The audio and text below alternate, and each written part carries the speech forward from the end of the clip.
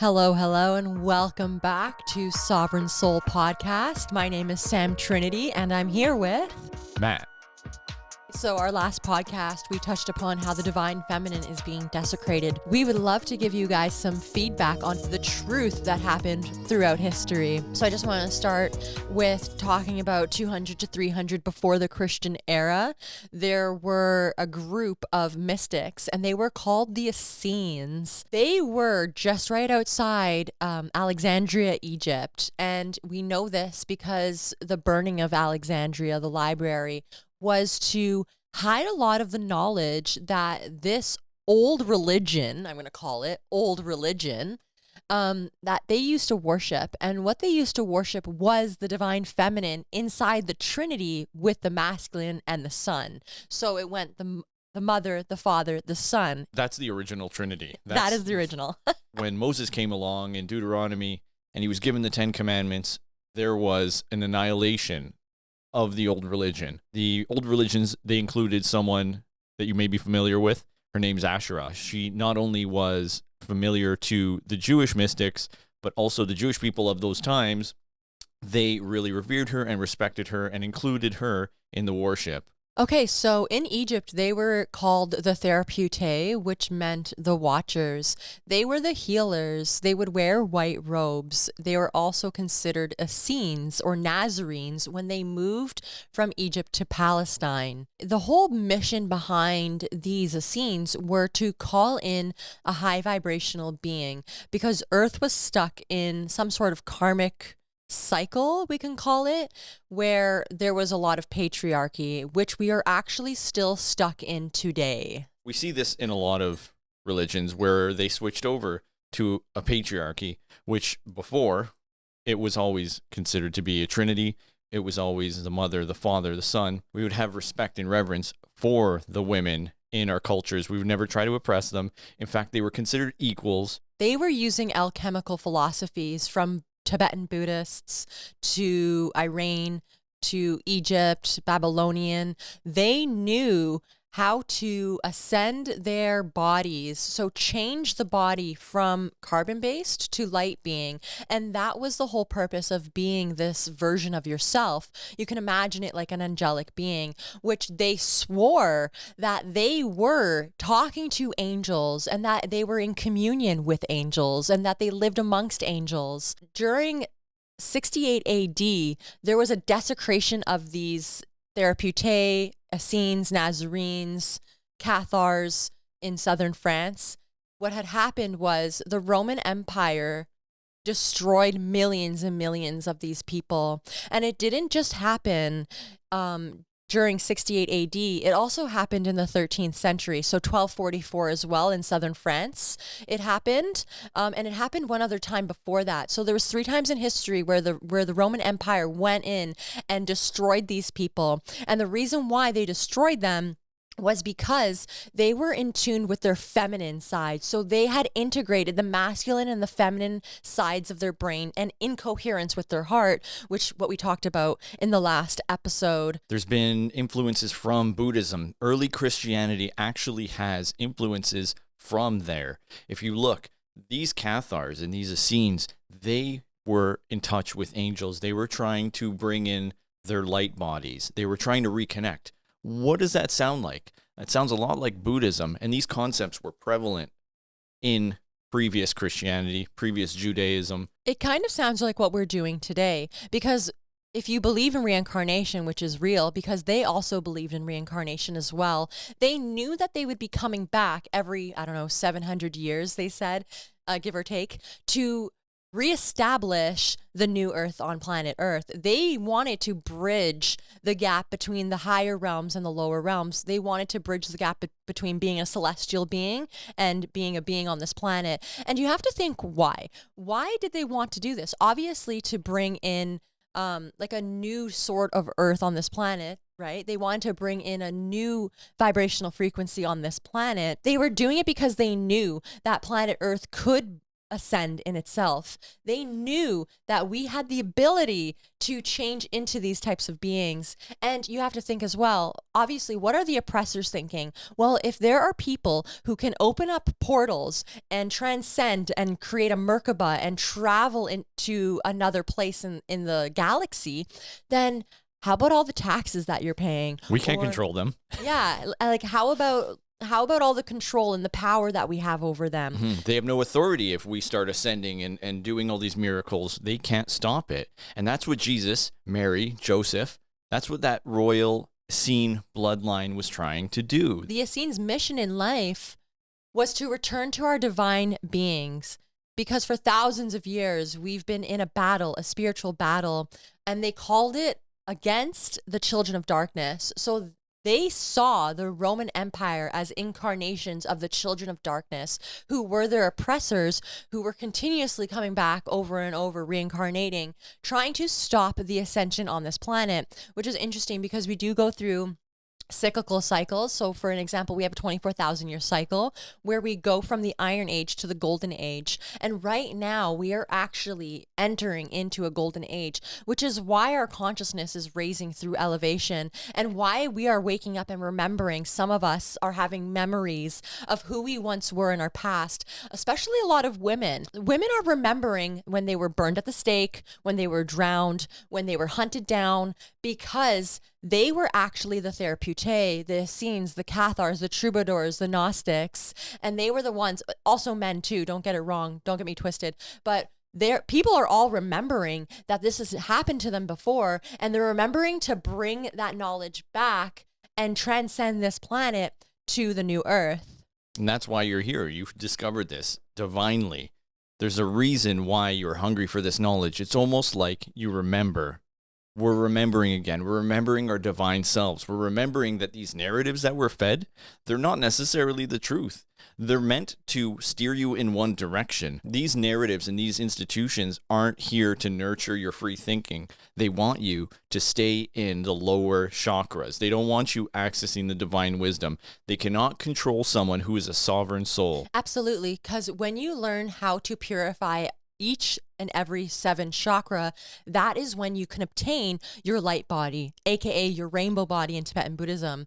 Padmasambhava and Yeshe were able to obtain their light body. Jesus and Mary Magdalene, Buddha and his consort, all of these ascended masters, and they weren't the only ones. There are many more that were able to obtain their rainbow body. I just want to touch upon how the dark side had won during 68 AD when the Roman Crusades, and then eventually the Albigensian Crusades had happened. These Essenes stashed their knowledge inside of caves. And in one cave in particular, in Qumran, they stashed the Dead Sea Scrolls, which were found in 1947, teaching you how to ascend. They describe the process of ascension and the connection that they had with the angels. So you're going to find in a lot of paintings, one I want to mention by Carlo Crivelli. He actually painted a light and a craft coming down from the heavens into Mary's third eye. And what that was showing was that these beings are coming and sending us divine messages. And these messages are meant to wake us up, because once you start listening to a higher source, you don't need an authority on earth to tell you what is truth. So I just want to talk about how he was a very wealthy man. Jesus came from a wealthy bloodline. It wasn't like he was a peasant or anything like that. And Joseph had a lot of pull, especially with Pontius Pilate, because when Pontius Pilate crucified Jesus on the cross, he only left him up there for 6 hours.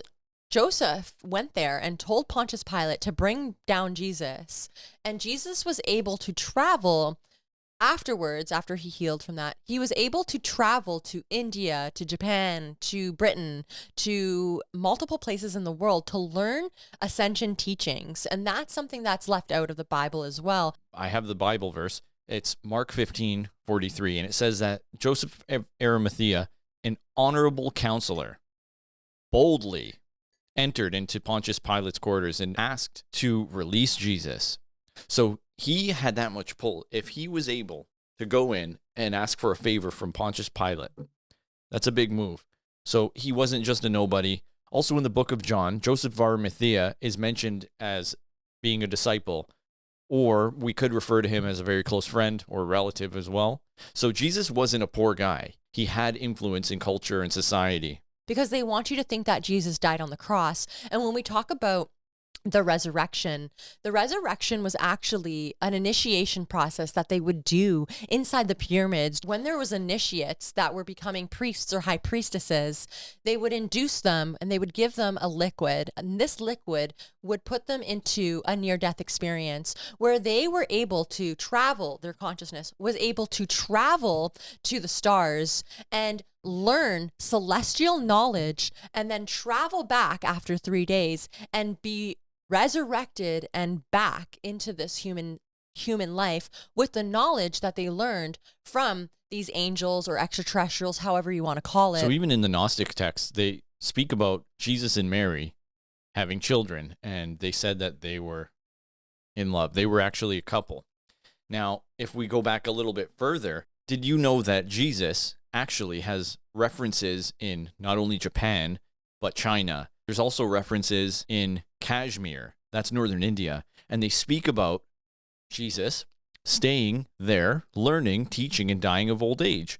So there's all these records outside of the Bible that support Jesus traveling the world and learning these new skills. And I also want to touch upon, too, how Jesus's bloodline is actually still here today. There is still a spiritual war between the bloodlines of Christ and the children of darkness. They were able to follow it up until the 17th and 18th century.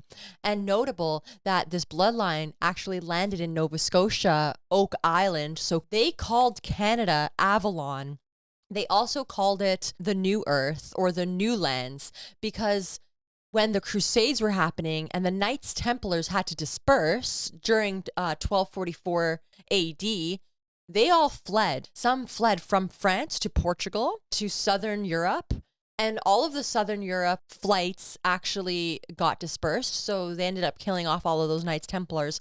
But the ones that were able to travel to Portugal traveled across the Atlantic Ocean and landed in Newfoundland and then traveled to Nova Scotia. The bloodline's last names were Merovingian and Godfrey de Bouillon.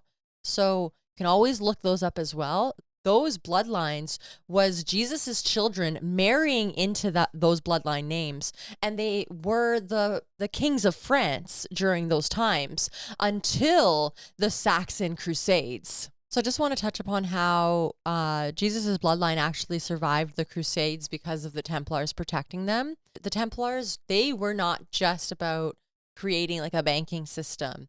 They were actually protecting Mary Magdalene and Jesus and their bloodline. But I want to also say that the Merovingians, they were mixed with Celtic and they were mixed with pagan. So they were not considered evil. And I know even today we have a lot of born-again Christians who consider Celtic and pagans evil.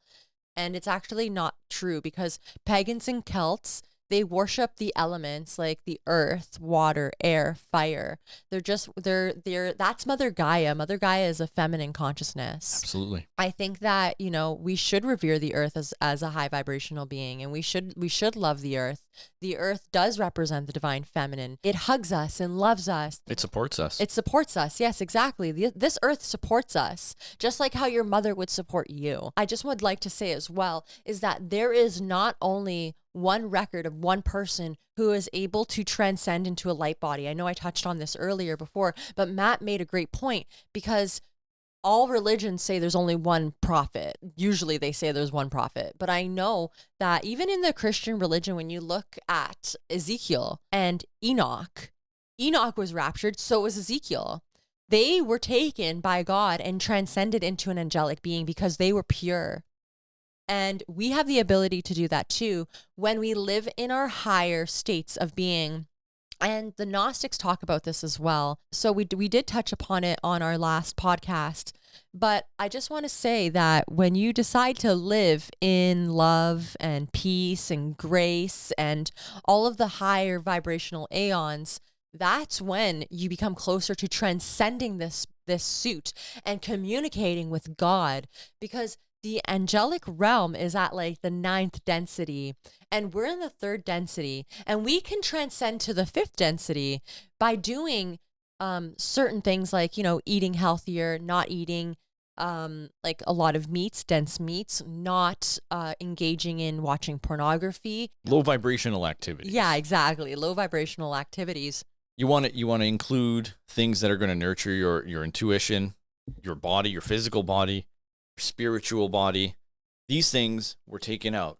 Moses, Deuteronomy, what happened was they renounced everything to do with old religion. That didn't fit the patriarchy. They really had a defined narrative that they wanted to go by, and a lot of religions are still going by those things. And I'm not saying that Moses was wrong for saying that thou shalt not kill. There's a lot of good things there, but we have to remember Jesus talks a lot about this God in heaven, my Father in heaven. He's all loving. He says, if you don't know love, then you don't know my Father in heaven.